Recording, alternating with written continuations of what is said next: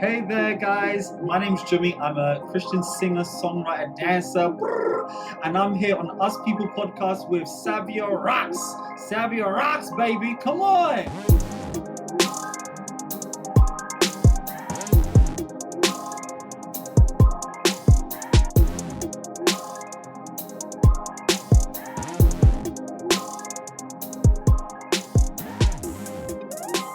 Hey guys, welcome to another episode of the Us People podcast. I'm your host, Savia Rocks, and today, look, he's smiling there actually. Before I even introduce him, he's sitting there so peacefully but smiling. I love it. I have Jumee here with me, who is a Christian R&B trap singer-songwriter, and he's actually the first Christian R&B trap singer-songwriter I have ever interviewed. He's breaking it down. Come on, get it.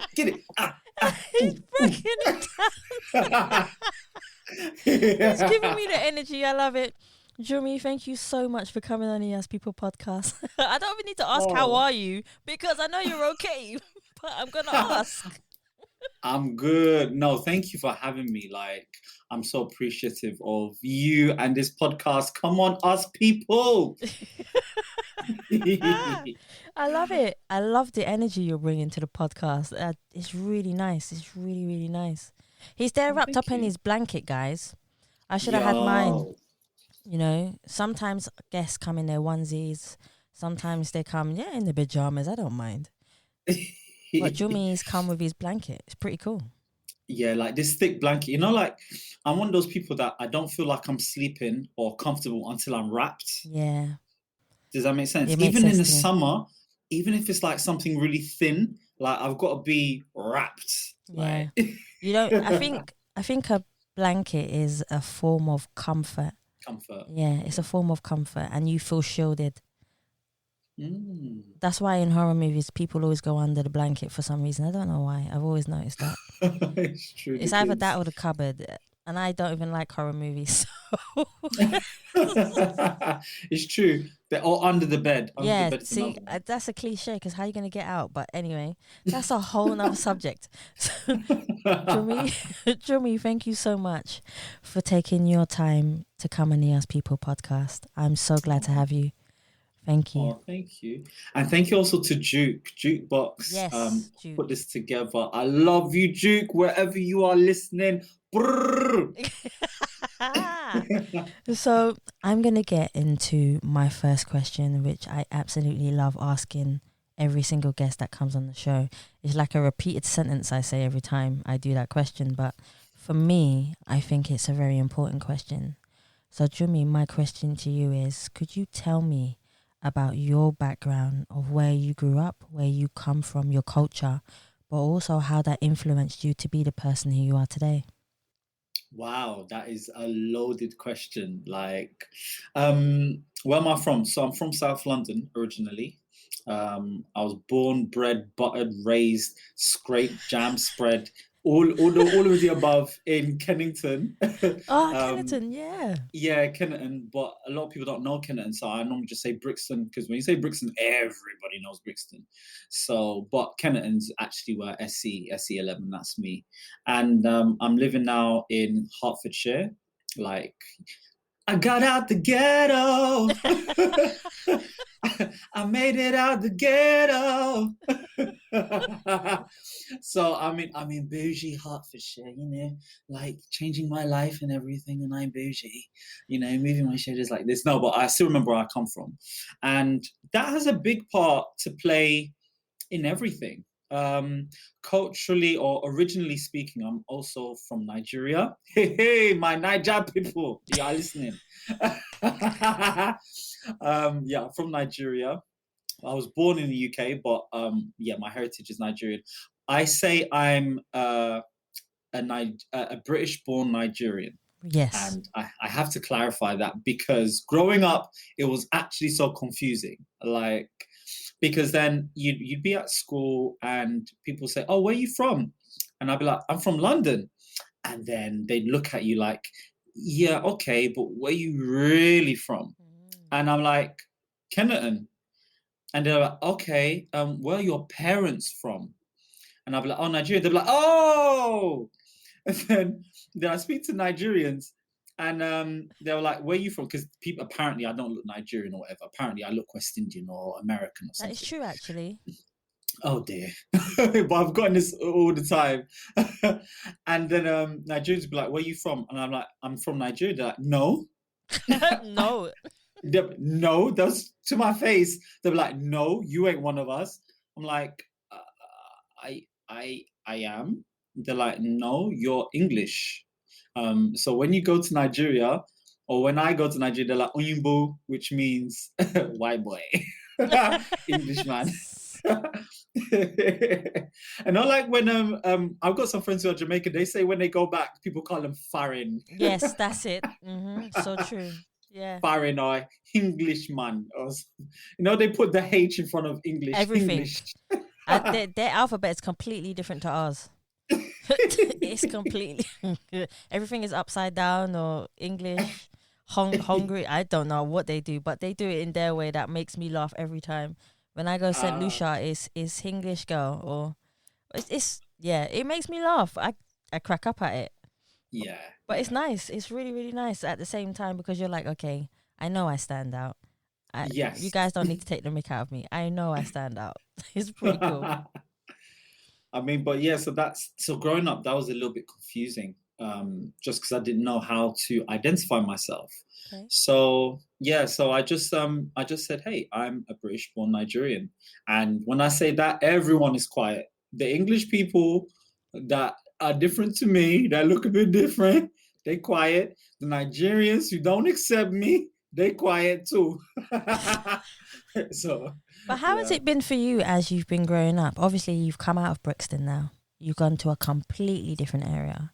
Oh, it's been hard, like in a good way. Hard in terms of it's like a welcome challenge. Like I just wanted a different environment. The world started changing obviously from last year. Yeah. And I was like, you know what? Like I've been too much changing my life. I'm going to change it now. So, I just hopped out and I'm surrounded by loads of trees and I don't know what to do with any of them. I'm like, why is there a field outside my house? Why can I see a field? Why is there a field in this area? But it's so different. It's so different. I mean, you got squirrels running around happy, like it's just there's a cat that lives around here, right? This cat is braver than brave. When they say badder than bad, Yes. this cat, you'll find this cat on top of your car at night. Yes, this cat, this one, I don't know what kind of cat. It's kind of brown. It's a brown stripes. It's probably like a mini tiger. It just sits on people's cars. I woke up and I came in the morning and there's a cat on my car and I was like, oh, is this how we roll in Hertfordshire? Yeah, they're brave like that. Wow.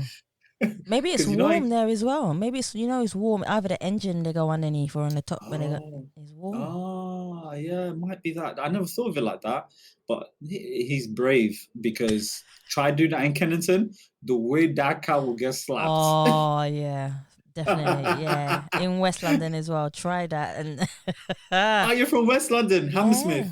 I am near Westbourne Park, near Oh, Notting Hill okay, Gate, okay. in between the two, Yeah. which is Obviously actually don't quite disclose. nice. Yeah, well, it's all right. Yeah. It's okay. If I see a lot of people on the road looking for me, I know why now. Yo, Savia! Yo, Savia! I'll be like, huh? No, wrong person. No, no, wrong person. So, Jumee, Yes. I have read up a lot about you. Oh. No, it's not bad. Why you say again? Me and Jumee had a conversation earlier on today, guys. And by the time this comes out, it would be a long time ago, but it would be a little while ago. But me and Jumee had a really nice conversation. He called me just to connect with me, which I always find really nice when a guest, before the interview, actually calls me, reaches out to me and says, we have an interview tonight. And he came on so energetic. You came on so energetic. Hey, Savia. I was like, hey. Hey, how's it going? You okay? And when I said to you that I've done so much research about you, you said, And then you also said something that made me realize what type of person you are too. And I said, you've been through so much, and you weren't concerned about yourself. You were concerned that, yeah, but so has everybody else, meaning that you care more about people and what they're going through rather than what you've gone through. But I want the light to shine on you for this hour, okay? He's like, oh, that's going to be hard. Yeah. But so I know your journey in music has been a transformation for you in your life. And if you are only happy to talk about it, I would love for you to share the reason why it's been a transition for you in what you've been through. So could you tell me a bit about why music has helped you in your life, but also what you have been through to influence music into your life? Great question. So, I mean, there's loads of like avenues with that. The one I would start off with, because we'll probably just go. Yeah. For me, it's my biggest journey, or my biggest thing has been the inward journey. Even now, I'm still on one. I'm actually on right now. I'm on one of the biggest and hardest journeys, because I'm reading a book by James Allen called As a Man Thinketh. Yes, this is my third time reading it. I'm on a course where you have to read it every single day for 15 days. Wow. Yeah, the whole text. So, I mean, but this is like a paraphrased version. So I think it's 37 pages, but you read it every single day, and you'd be surprised. You learn something different each day. Yes. And you apply something different each day. And I've been doing that. And with my journey, my journey, I mean, everyone's gone through stuff, but for me, it's really about like battling depression, battling my own thoughts, which came from being as a child. I'm not a single child, but I grew up as a single child, so I didn't discover like my siblings and all of that stuff till later on in life. And so then, and coming from a home which, you're surrounded by mental instability. Yes. Caused by different things. As a child surrounded by that, things are spoken to you, and you're taking it in. And as a child, you don't know that what's being spoken to you is a result of their hurt and their pain. And you're not able to make that differentiation. So you just grow up absorbing every word that this household is saying to you. Yeah. And that does something to you. It does something to your self-esteem, does something to your self-worth. It was extremely low up until about 2 years ago.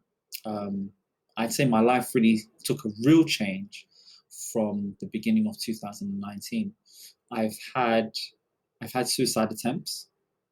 My first being in secondary school. I remember in primary school, I just wanted to die. And that sounds very morbid, but that's how I really felt. It just felt easier to just leave. And I remember even up till now, when I'm starting to feel, sometimes you have moods, when I'm feeling low, I notice that sometimes it starts off with a question. Like, and I used to ask myself this question, like as a kid, who would notice if I left? And I'd always be like, no one would care. No one would even blink. And I remember I wrote a suicide note in primary school. I didn't do anything though. I didn't really have the knowledge, thank God. I thank God now. I didn't before. I was like, you stabbed me. In secondary school, that's when, I was a bit more determined, should I say. And then also like just around uni time as well. That was my second attempt. So it's only been 2 attempts. But I've battled with suicidal thoughts every year. And it was only until 2019 was my first year ever, like, not having suicidal thoughts for the whole year. And I realized that it was around Christmas. Christmas is such a difficult time. Yeah. Um, it's such a difficult time. And amidst all the celebrations and, there's a whole bunch of people who are in pain, yo. And that was me. Like not really in touch with my family. Stuff happened. Not really seen them. Don't know where some of them are. It's been so long. I've forgotten what it's like to have a family. Yeah. So yeah, you get what I'm saying. So yeah, you just kind of get used to it. But even before that, even when I was really in touch with people and stuff, like yeah, Christmas is a tough, difficult time. And because it's like the end of the year and you're tired and you're thinking, what have I achieved? What have I done? What has been the outcome of the year? And my birthday's in November. So it's like you're just kind of in this state of reflection and I'm very results driven. I didn't realize it until later on, but I'm very action oriented, results driven. And when them results ain't lining up with the effort or the perceived effort, you start thinking, hey. And then Christmas is coming, and then you start looking around at your friends and just start evaluating stuff. And it gets really heavy. It gets really, really heavy. And that's not even included all the wahala and the wakbara that comes along with Christmas itself. That's the way you said it. Do you know what I'm saying? Like Christmas in itself is a stress, let alone the whole year has come to a bulk, boom, just at one time. and so like it gets really hard. And I researched, I found out that I think it's the 7th largest killer of men is suicide. Yeah. So it's the 7th largest killer of men. And we just need to do more for guys. Like, I love that there's so much stuff for women. I love it. Like, y'all got everything. Y'all got it. Y'all got cheaper car insurance. Like, yeah, we do actually. I'm not gonna lie. We do have cheaper car insurance. When I first got my first car, I wanted to scream because I didn't know how much car insurance was gonna be. And then when I got my car insurance, I was like, "Oh, this is nice." How much was yours first? Do you remember roughly? Yes, it was 900 and something pound for the year. Yeah, it was nice. It was. Look. Mine was close to $2,000. Pardon? What was you doing? What was you driving? No, that was my first car. Seriously? Because I'm a guy. That's what I'm telling you. Because I'm a guy. I'm from South London. I started driving when I was like 20 or 19. Yeah.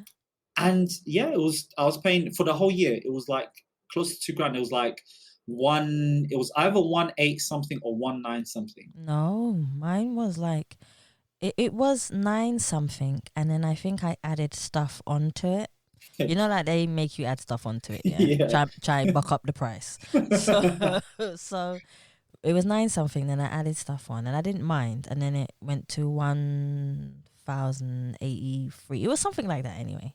But I was happy. And then 3 years later, because I haven't been driving particularly that long, 3 years later, it's gone down drastically where I'm like, oh, this is nice. This is cool. So, and somebody else did say to me, men's insurance, but you not drive too fast. I'm crazy. No, wait. Let me tell you something about us guys, yeah? One thing about us guys on the road, we make decisions. What are you trying to say? Women don't make decisions? Oh, this is going to turn into a debate. this is going to be the us people debate. It is. No, listen. Let me tell you a little something. Okay. Y'all be driving and y'all want to go in the left lane, but you're not sure. So your wheels are on the line and you're kind of in the left lane, but you're not confident enough yet to indicate that you're going to go there. So you're just kind of milling in between. I need you to... Mate. No. Can you tell your sisters, please tell your sisters in Christ, I need them to make a decision. If you're going in the left lane, go. Listen, you know what it is, right? They're aware. Sometimes they're too. Don't shake your head. Don't shake your head. Yeah, they're just aware of their surroundings, and with a man behind like, it makes them nervous. You're making them nervous. Yeah, let them don't shake your head. Let them see. I'm sorry. I'm gonna say how I drive. Okay, I should have a sign on the back of my car saying I'm scared of how I drive. Yeah, because No. because if I'm turning, I'm turning. Just move. Oh, good. Right. Yeah, I like that. I like the decisiveness of that. I know you're going to do, even if I don't like what you're doing, I know what you're doing. You know what I'm saying? Oh Like dear. that's my thing. I don't like the indecisiveness, but when you just make a decision, boom, I like it. I like that. I like that. But I mean, And like, yeah. I mean, yeah. Around Christmas, it gets really like, yeah, it gets really heavy. Um, and so yeah, that's been a big part of my journey. So I've been talking a lot on different like podcasts and interviews just about my journey battling through depression, especially as a Christian as well. Like, you know, and especially as a black dude, like, yeah, yeah. It's only until recently that this stuff has kind of come to surface. Like when I was younger, and I used to say to people, "Oh, I think I'm a bit depressed." Go and read your book. What are you depressed for? Go and read your book. Go and grab your Bible. So I did. I grabbed my book. That's how I got all my A's and my B's. In my family, you can't get less than a B. A B is actually, so I've never got lower than a B. I grabbed my book, even in the sad times. I did. It didn't help. I'm sorry. you know. wow, Yeah, and obviously the Bible can help, but when you don't know what you're looking for, that's true. when you don't know where to go, and it's just saying, grab your Bible. Okay, Genesis. Okay, God created the heavens and the earth. This ain't helping me feel better about my life. Yeah, You just need to know where to go. So in terms of music, how music is part of the savior of my life. Like, I you like know, that. yeah, like God saved me through music. Like the reason why I asked my dad to buy me a computer was so I can make beats, so I can make tracks. And then I used to do this thing because I didn't have proper equipment, so I used to like kind of build makeshift microphones at home. That's kind of Um, cool.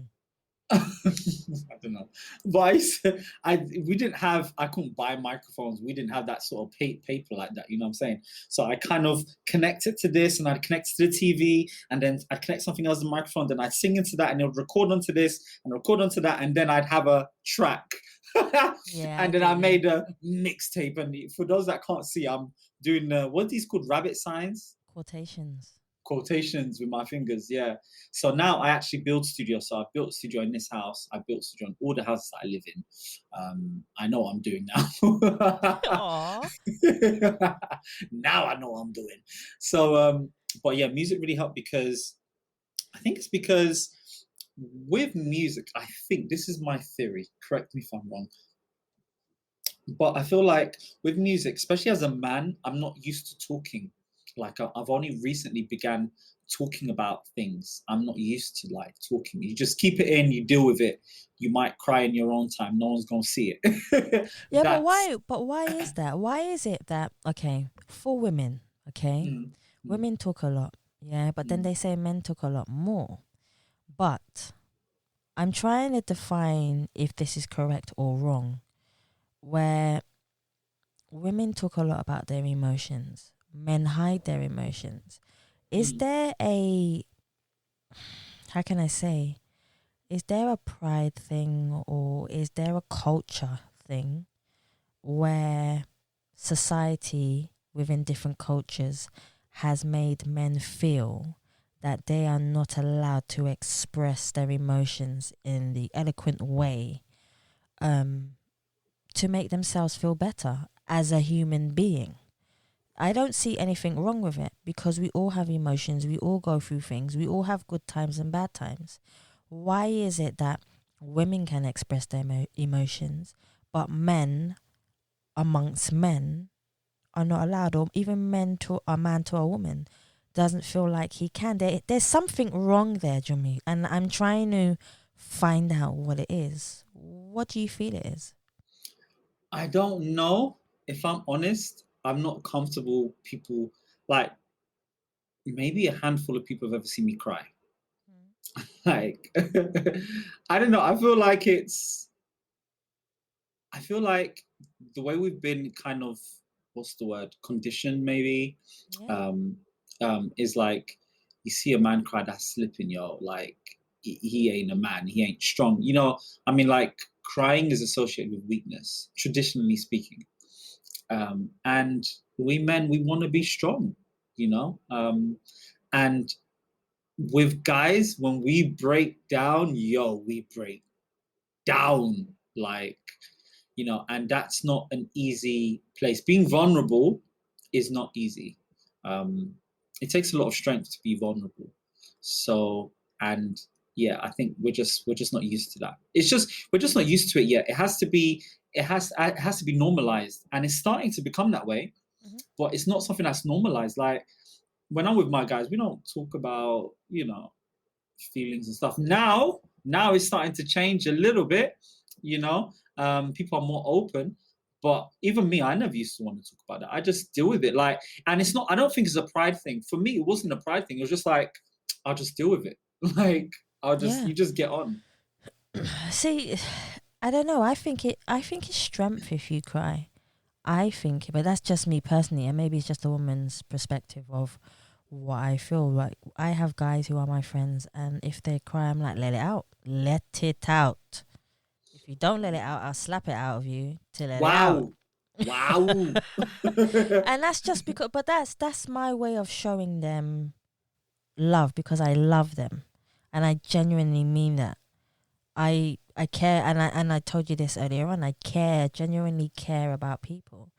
So regardless if I've met you today or I met you 10 years ago, you're gonna get that same care, and that's important to me. But talk to me about. Here's a question that I do like to ask. Talk to me about how you feel the next generation will come in and change the music industry for the better. Talking about racism, justice, equality, diversity. How do you feel the next generation of musicians, rappers like yourself will change the industry so that regardless of where you're from or who you are, you will get noticed and get the same amount of respect as another artist would? I think it's already starting to change. I mean, I'm a singer myself, but I'm seeing like how like rappers and are being perceived differently. Yeah.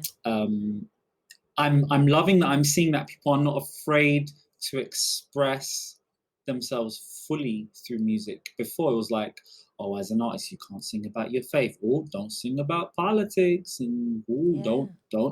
don't mention that you black. You know what I mean? But now, now you sing about whatever, and you're not afraid to lose fans, so to speak. Yeah. Um, because that was the thing, you might lose fans who do not share the same political view as you or same religious view as you. I mean, Justin Bieber just dropped a Christian EP the other day, I Yeah. heard.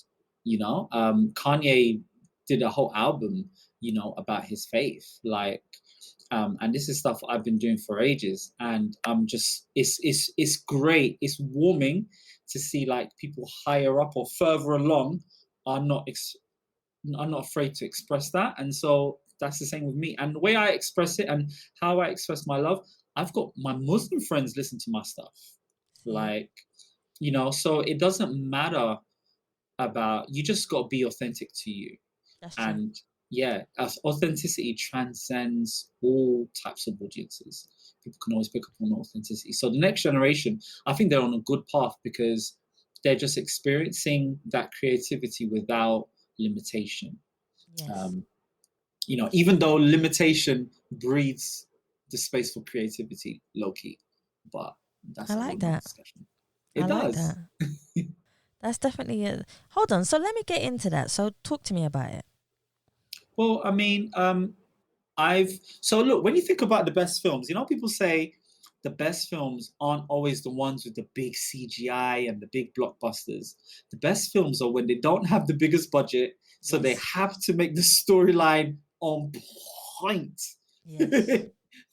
So for me, when I've not had the resources, I've been at my most creative, because creativity is more than just singing. Creativity is not actually singing, dancing, rapping, acting, all of that stuff. Yeah. Those are talents. Creativity is a character trait, and creativity is being able to respond to a lack and find an answer where there's seemingly no answer. I love that. That's what real creativity is. So when you find musicians who are actually creative, because you can be a musician, but you might not be creative. You can sing, but you are not a creative. You are just a singer. Go and just grab your mic and shut up. But when you find people who are talented and creative, it hits you in a different way. It just hits you in a different way. So I yeah. like that.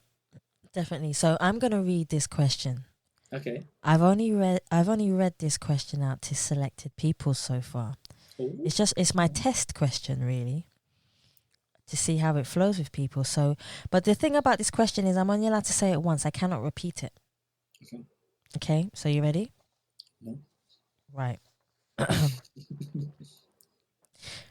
Power, perception, culture, struggle, judgment, class, privilege, relentlessness, diversity, love, pride, authority, ego, race, bravery, adventure, honesty, passion, honor, prejudice.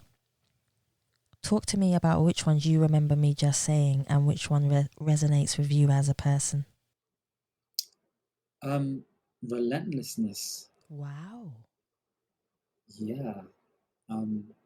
I don't know why, but now that you're saying it, and I'm just actually thinking, because you're saying all these words, I'm like, wow, where's the question? When you're saying it, I was like, where's the question? But when you said relentlessness, it just stuck out. I think that's part of my journey. So, I mean, there's times when, yeah, I did want to give up on everything, on breathing. But my relentlessness kept me going. Like the music, like, you know, I remember this one time I met with this executive, right? This was a little while ago, and things started to pop. And I was working as an events coordinator for a music company. And so I was coordinating some of their regional events, and I was like, you know, mingling with celebrities and boom, boom, boom, like local UK celebrities. No Drake yet. And so then I said, yeah, too. and and then I said, hey, you know, I'm actually a musician. And I love to do music. And they're like, yeah, I can see that. You're not supposed to be here. You're supposed to be on the stage. And I was like, wow. And so then they said, send me your music. And I did. And they sat me down for a meeting, or one of them sat me down for a meeting, and she was like one of these top level executives for one of these labels, but she just kind of left it because she wanted to do something more independent. And she said, you'll never make it. She said, the music's trash. Your voice is trash. She didn't say the word trash, but she said it's really awful, bad. And she said, you're not attractive. And when she said all of those, it's like when you have these insecurities in yourself. Right, I was just going to say that. Yeah, when you have these insecurities in yourself and then an outside voice says it, the harshness of that reality, it does something to you. Because it's like you're thinking, okay, it's just voices in my head. It's just voices in my head. It doesn't mean anything. Part of you saying that, and then someone says it, and then it's like, oh, it's not just in my head. It's a reality. It sends you down the rabbit. It can send you down the rabbit hole. And it really got to me. And I just thought, what am I doing? And I remember being depressed for about 2 days. When I'm entering into a phase of depression, I kind of get a kebab. I know it sounds silly. I yearn for a greasy kebab and chips. So if you ever see me get a kebab and chips. I know to hug Sometimes, you. yeah, you need to calm me. You Mm-hmm. need to give me a hug. Mm-hmm. Sometimes I might just have one, but that's very rare. I don't really crave a kebab and chips. Like, it's not even just any kebab and chips. Yeah, let me tell you something. It's they put extra vinegar on the chips, and then they put the meat on top, and then they add put vinegar on the meat. Then they add the garlic sauce. Then they add the chili sauce. Then a little bit of salad, not too much because no one's trying to be healthy. But then and just smothered, the whole thing's smothered and it's greasy and it's fat, and I know it's not right for me, but at the moment it feels so damn good because everything else feels so bad. And I feel like it's like a dopamine kind of effect. Yeah. You're trying to boost your mood levels. Um, and so that's what that kind of food does. So I know when I'm craving that food, I know something's up. From a physiological perspective, I just Yeah. know because I know my body now. Like, I know that, okay, you're craving this. Okay, something's up, Jimmy. Yeah.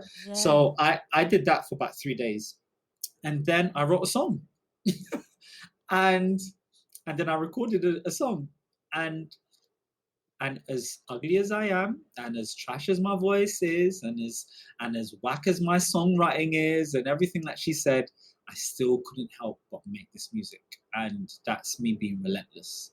And yeah, Jumee, can I say something? There is when a person turns around to you and says your music's rubbish or you're not nice looking, do you know that they're really talking about themselves? I've heard this about projection, right? Right. So when a person is happy with their life, they will wish you happiness, abundance, joy, and positivity. When a person is unhappy with their life, they will wish you negativity all the way. Remember, what you say is a reflection of who you are and how you feel about yourself.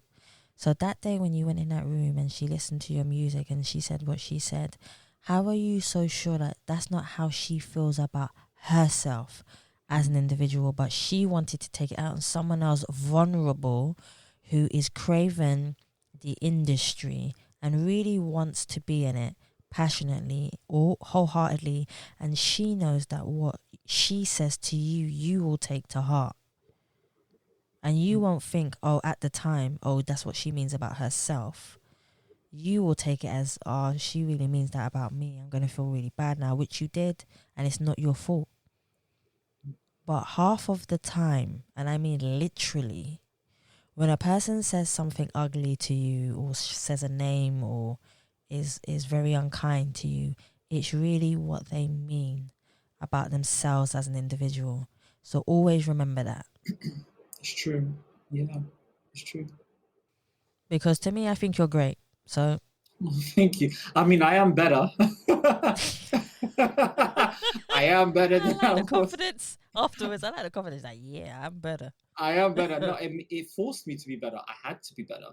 You have to elevate. Um, and anyway, just if you are relenting, oh my gosh! Now that you said relentless, I'm like, See, wow. If you're relentless in it, you have no choice but to grow, right? true, Because true. you're still doing it. So, but yeah, thank you for that. Like, it's true. People project. I say to people can. I say to my friends, sorry, people only see you can only see people through the lens of who you are, Yes, very true.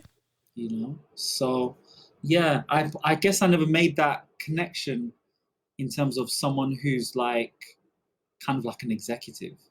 No. That's it. You know what it is sometimes? It's the title and Yeah. the power that you think they perceive within the industry. Half of the time they don't really have that power. And half of the time they only have the title to make themselves feel important because they have insecurities themselves. Yeah. So anytime a title doesn't mean anything to me. I learned at a younger age that titles don't mean anything because today you can have a title. Today you can be a millionaire. tomorrow the person that you are putting down can turn around and be the millionaire and can turn around and have the title, and they can be more humble and more kind and give people more opportunities than you ever could imagined. But are you going to make yourself now better than any other person? Or are you still going to think, now that you've lost your title because of how you were towards somebody else, are you going to still think that you're better than the person? Oh, I was there before you. No, no, no, no, no, no, no, no. And my granny always said to me, God takes away your talent and gives it to somebody else if you don't use it in the right way. Yeah. So that's something that I always carry with me. And that's what keeps me humble. And that's what keeps me pushing people. Just because I'm not good at something, it doesn't mean that you can't be great at it. Do you understand? And you might teach me something. Same way you're teaching people now by being on the podcast. So that's just how I see it, if that makes any sense. Yeah, no, it does. It does. And it just, I never thought of it like that. You're right. I just associated the title with, knowing everything and everything like that. It's true.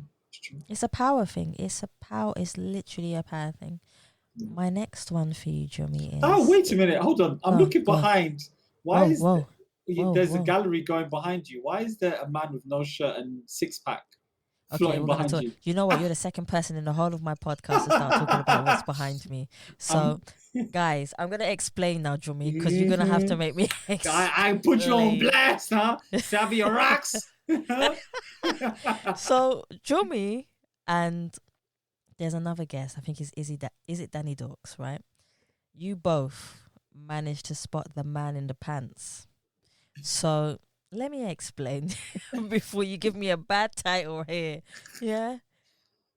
When I'm speaking to guests, if you ever happen to be a guest on the Us People podcast, behind me you'll see the logo there for a certain amount of time. Then after the logo goes, my screensaver will come on, and then you'll see all my photography scrolling through. So every picture that goes past you is all the photos that I've done in events for people, for whoever it might be, celebrities, whoever it might be. Okay. But there's a particular picture that people seem to notice more than any other picture. Yeah. And it's a man that's literally naked in pants. Naked. Well, not almost. He's wearing pants. Yeah. Trunks. They don't even look like trunks. If he bends over, they won't be trunks, honey. Oh, wow. Yeah. So...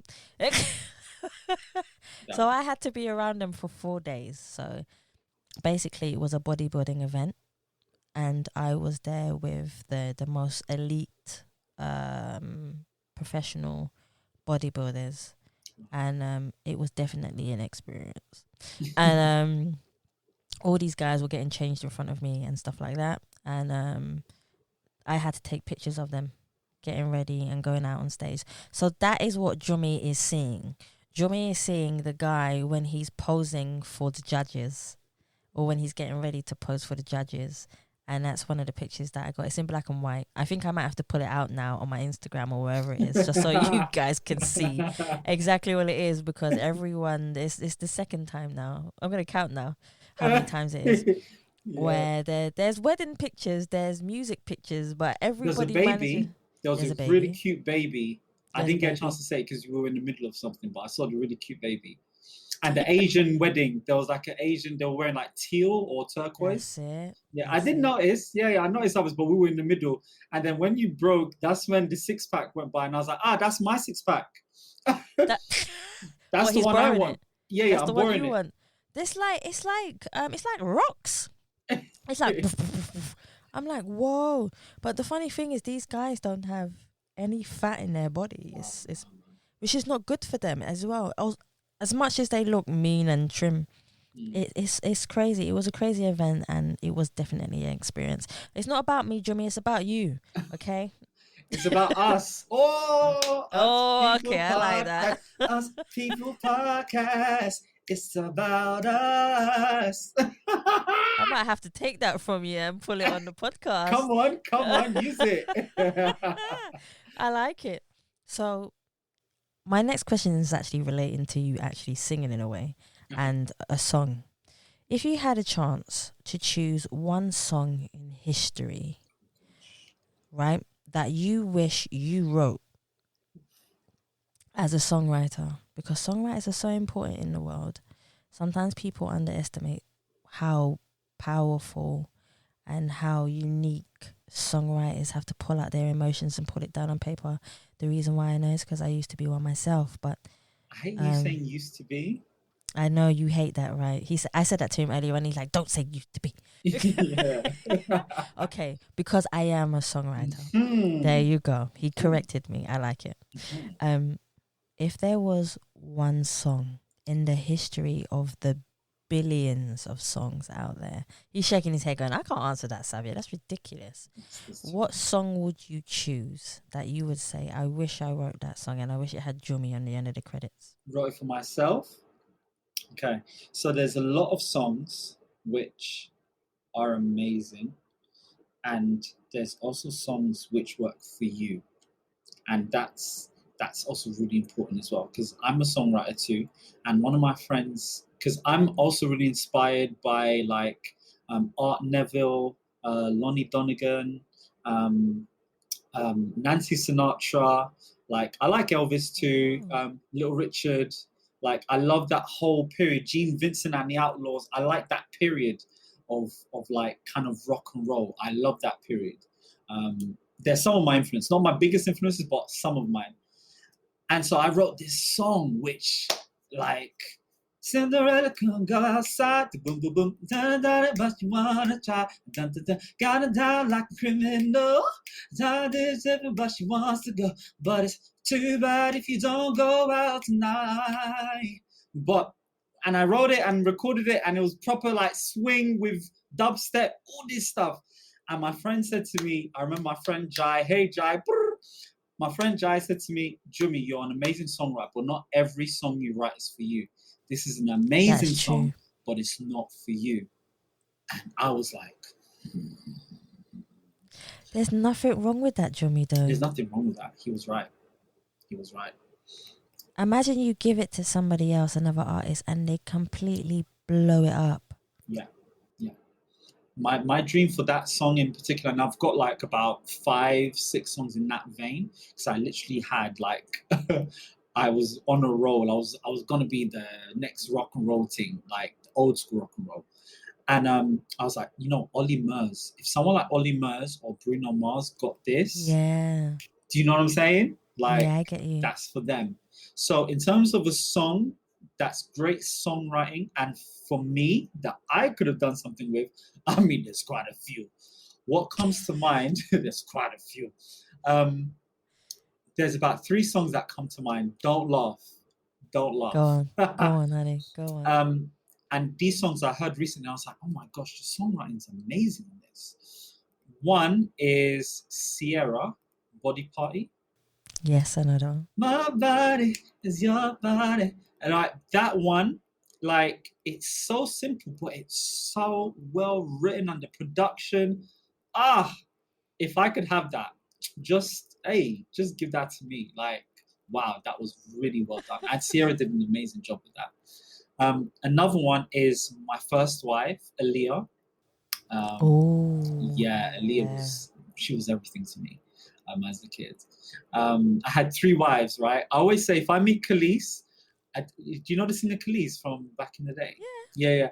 If I meet Khalees, I have a story for her. So in a nutshell, real quick, I don't want to digress too much. I had 3 wives. I had Aaliyah was my first wife, Left Eye was my second wife, and then Khalees was my third wife. That's a good range, actually. Thank you. But then, so Aaliyah passed away, and it was like, oh my gosh. And then Left Eye passed away. Yeah. And it was like, oh my gosh. So I was like, God, what's happening? So I started praying for Khalees. I fasted for her. I prayed and I fasted for Khalees. I prayed and I fasted for her safety. People were going to church fasting for their houses, for their loved ones. Me, I was there fasting for Khalees. I had her on my prayer chart on my wall. I was like, God, you're going to protect her. The spirit of calamity will not come upon Khalees. She's going to be protected. Yeah. Wow. Yeah. Think about it. Like 2 of my wives just got taken down. I was like, no, not this third one. So if I ever see Khalees, I'm going to be like, hey, babe, I prayed and I fasted for you. I gave She'll a be food like, for amen. you.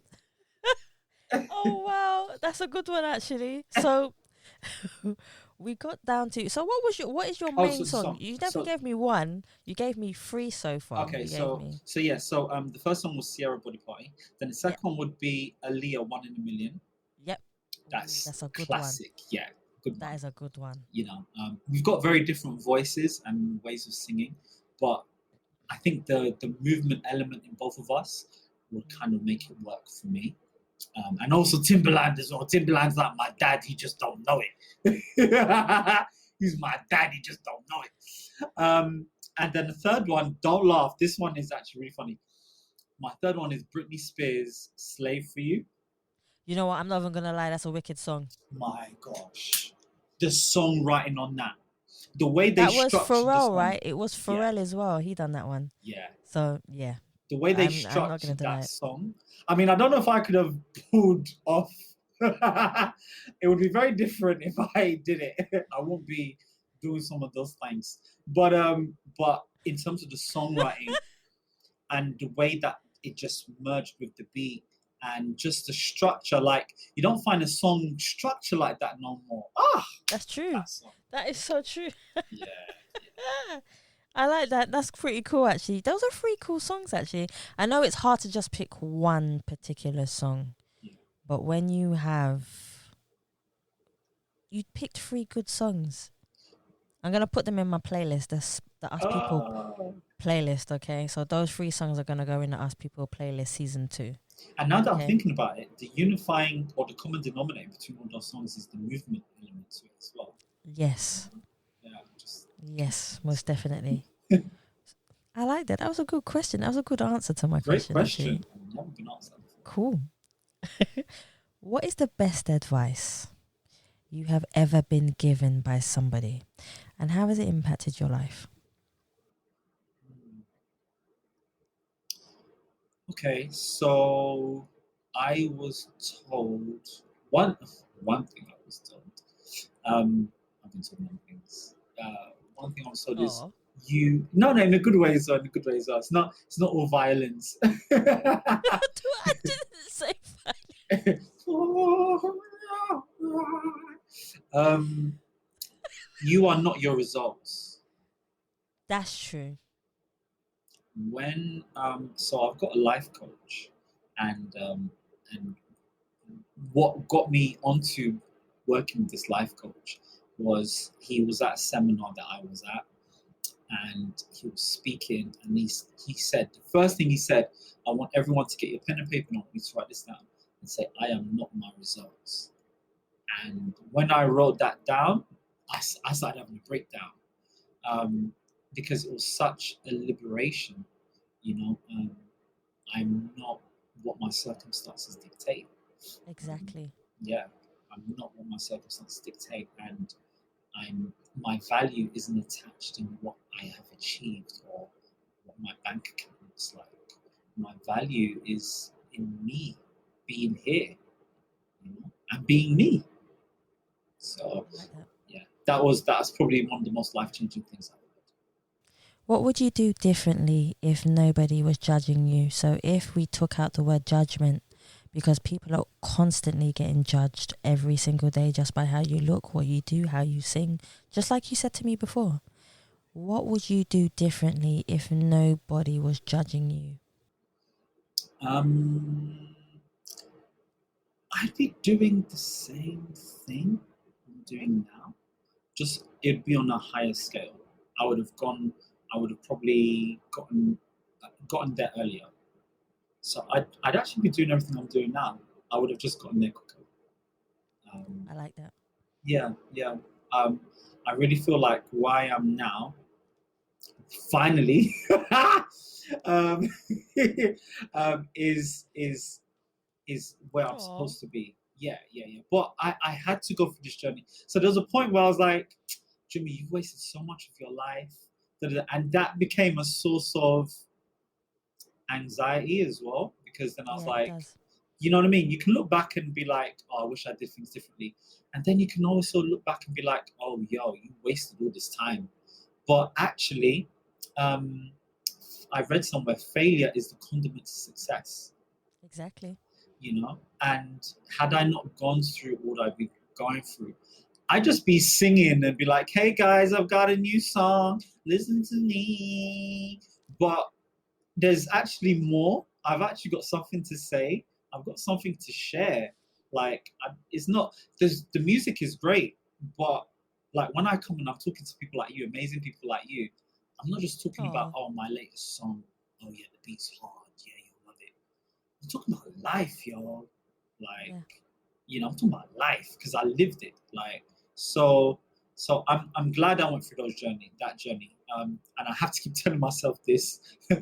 Yeah, I have to keep reminding myself. If not, I'm gonna be mad at myself.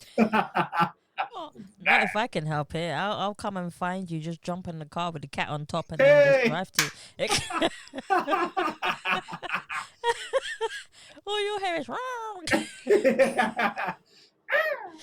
Oh man. So, Jumee, we're almost at the end Yes. of a beautiful interview, but there are a few more that I want to ask you. So, what advice would you give to a musician, a singer, a rapper, anybody within the music industry from your point of view, and only from your point of view, about being persistent, about being positive, not letting, even if they feel like they haven't got the support that they need or they want in their life, what would you tell them to keep them going and keep striving to be the best that they can be?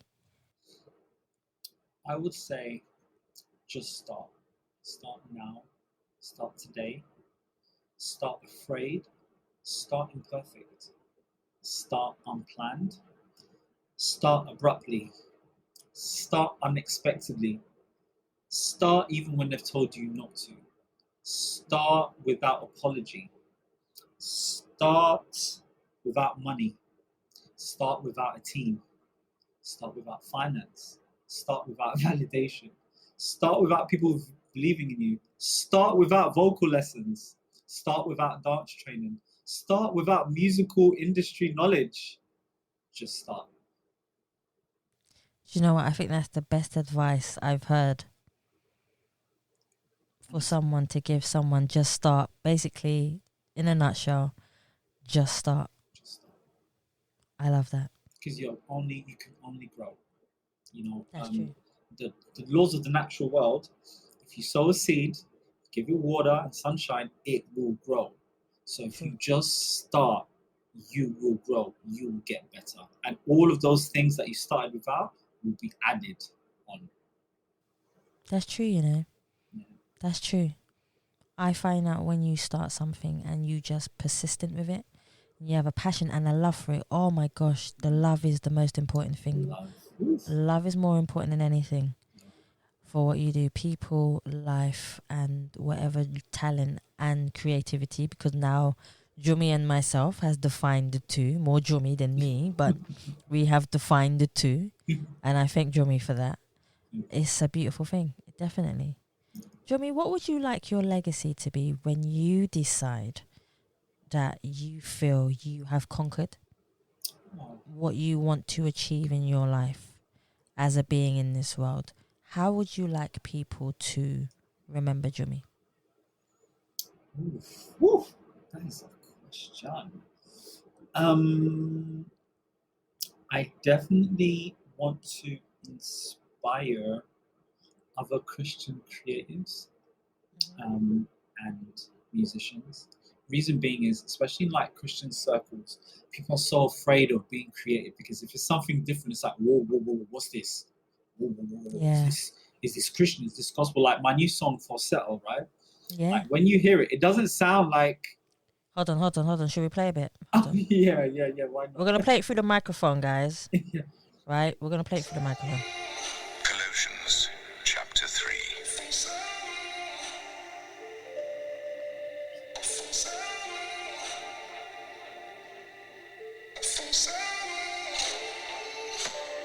Keep your mind set on higher things.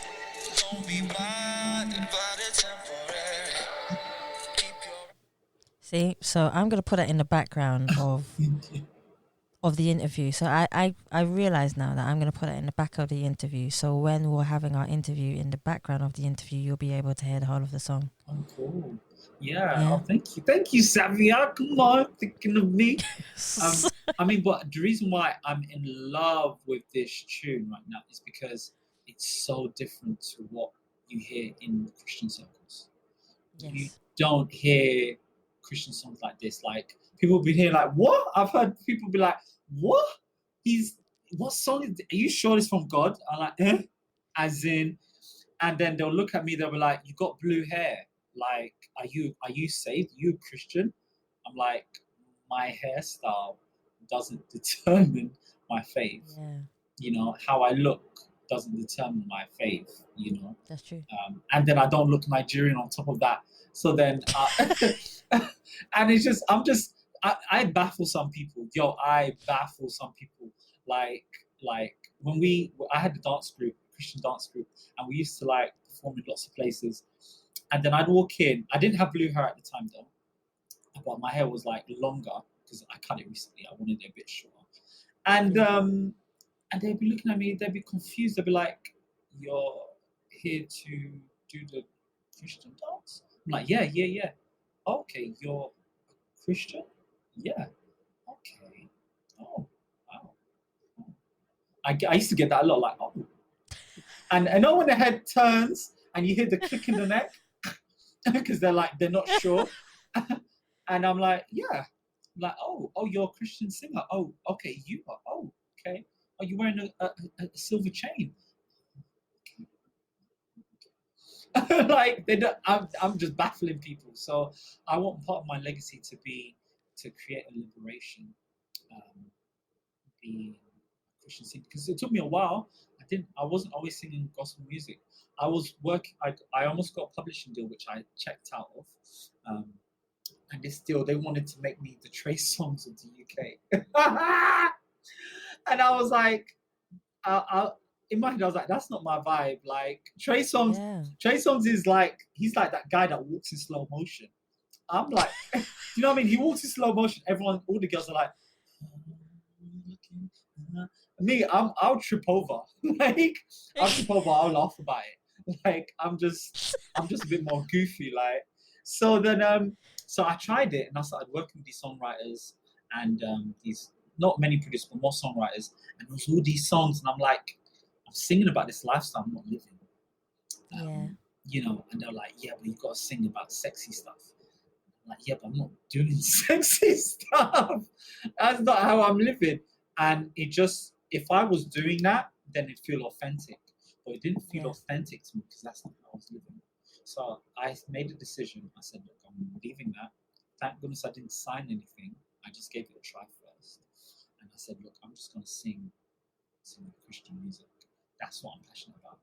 And everyone that heard my music before and hears it now, they all say, Christian and non-Christian friends, they say, yo, this is the most creative you've ever been musically. See?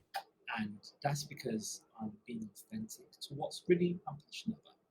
You know, not to say that I can't sing about love and all that I do, but like God is my thing. Like, you know what I'm saying? Like that's my God's my heartbeat. Like, Yeah. you know, writing about Him ain't a thing for me. Like, you know what I'm saying? So yeah, that's where I am really now, and I can't wait to liberate. I want my legacy to be that, you know, all these other interesting Christian artists came on board, came on the top, we come in the charts. Another thing I want to do is I want to set up Christian charts in each country. Like, That'd be cool. Where's the Christian chart in the UK? Huh? Eh? Where are you? Your official chat? Eh? A whole chat you are missing. No, I'm going to set one up in the UK. I'm going to set one up in Switzerland. I'm going to set one up in Canada, in Australia, in Nigeria, in the whole of the Caribbean, like everything. There's going to be a Christian official chart everywhere. Like, another thing I want. That. Oh, thank you. Another thing I want to do is I want to just want to help for no reason. Like, because people don't do that these days. You don't really find that. Like, there's always an agenda. Like sometimes when people want to help you, there's an agenda behind it, really. And I love without agenda. It's hard to, because sometimes you do feel like you're being taken for a mug. You do feel like That's you're being true. taken for. It's hard, yo, and I can feel it in you. You're very similar as well. Like I think that's why we connected so quickly as well. Your spirit is a very giving spirit. You guys that are listening to this us people podcast. If you don't know your girl by now, let me tell you something about your girl. Right, she is a giver, a natural giver. Naturally, you don't even think about it. And some people do take advantage of that, and they will. Oh, yeah. Yeah. They will. And when I think of that, because I used to get really angry at one point. I was like, yo, who are these people taking me for? Like, do you not, like, even though I give, don't let me give you something else. Don't let me give you these hands, yo. But then I thought, Yeah. like, Jesus knew about Judas. Jesus knew about Judas from day one. Jesus knew Judas was going to backstab him. But Judas was He one of the still helped him. closest. Yeah. That says something. So, like, we will make mistakes. People will take advantage of us. It's okay. We'll bounce back. Which we do. Yeah. Which we So, definitely do. And that's something that we learn along the way, as much as it hurts us. And to see your face is like, yeah. If you guys can see Jumee's face, hell yeah. So my final one for you, Jumee, before I have to let you go, and I've loved this. It just felt authentic and easy to have a conversation with you. Is where can we find you on all your social media platforms? And if anybody, look, he's getting ready. And if anybody would like to get in contact with you, how can they get in contact with you? Okay. So I'm a cow, yeah? Let me just moo right now. Moo. When it comes to social media, I'm a cow because I need breaks. And sometimes I'm a ghost on social media. I can't lie. But I have a team who help me with that. So no matter what, they will tell me if you reach out to me on Instagram. Instagram's probably the best. But someone will tell me, say, hey, Jumee, someone's in your DMs and they're asking you. So Jumee, JUM3E. You can just anywhere on Spotify, on YouTube, on Instagram, on Twitter, on Facebook, any of those, you can just go. Also, my company, umdinternational.com. And oh, yeah, I've got a jumee.com. Oh, oh, I forgot. How could I forget? I'm sorry. I told you I'm a cow. Moo. Jumee.com.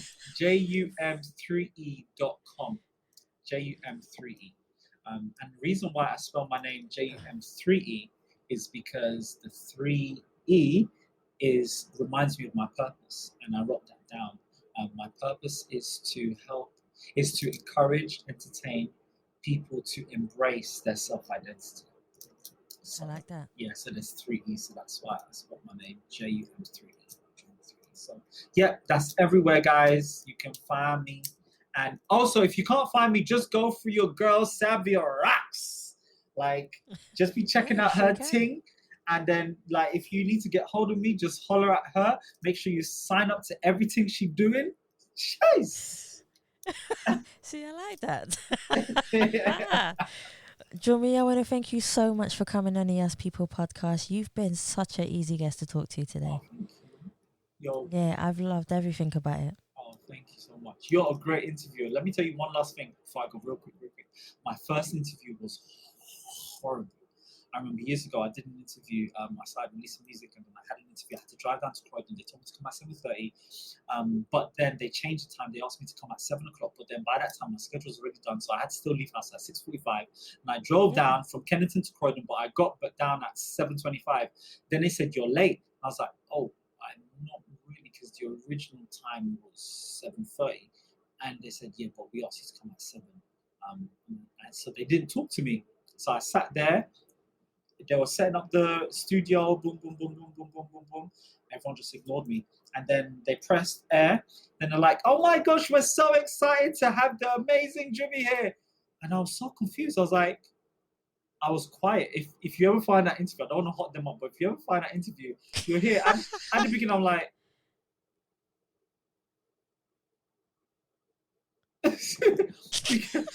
I was quiet because they're saying they're so excited to have me, but you've had me for 25 minutes. You say no. So I just started learning. Yeah, people on the radio are not that they're not genuine, but it's a performance. But with you, it's not a performance. This is just who you are and how you are. And speaking to you earlier on in the day, you're still the same. Then you're still the same now, and I really appreciate your honesty, your transparency, and your authenticity. Thank you. I feel like you've given me the outro for the podcast, Jumee. So I'm going to say the outro now, because every time somebody gives me a comment, I get really shy. So this is me. This is me saying again, Jumee, thank you so much. And guys, thank you so much for listening to the Us People podcast. And please remember, you can subscribe and leave us a review on Spotify, iTunes, Google Play, and any other platform that you prefer listening to. Please also follow us on Facebook, Instagram, and Twitter. And you can also donate or sponsor the Us People podcast by simply going to the Savia Rocks website or just typing in paypal.me/Us People podcast. Guys, thank you so much for listening. Stay happy, stay positive, and as always, please continue to be kind to one another.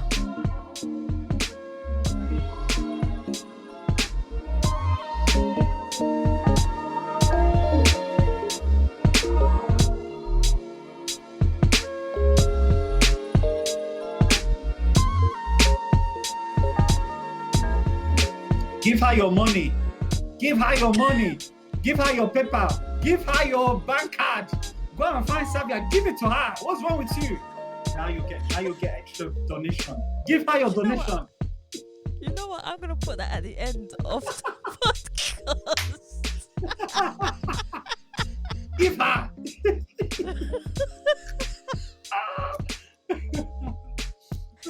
Oh man, that was too funny. I'm actually gonna put that at the end of the podcast. I'm gonna say my outro and leave the rest of. Give it to her. Come on. You're too nice. You're too kind. I just give her. Hey.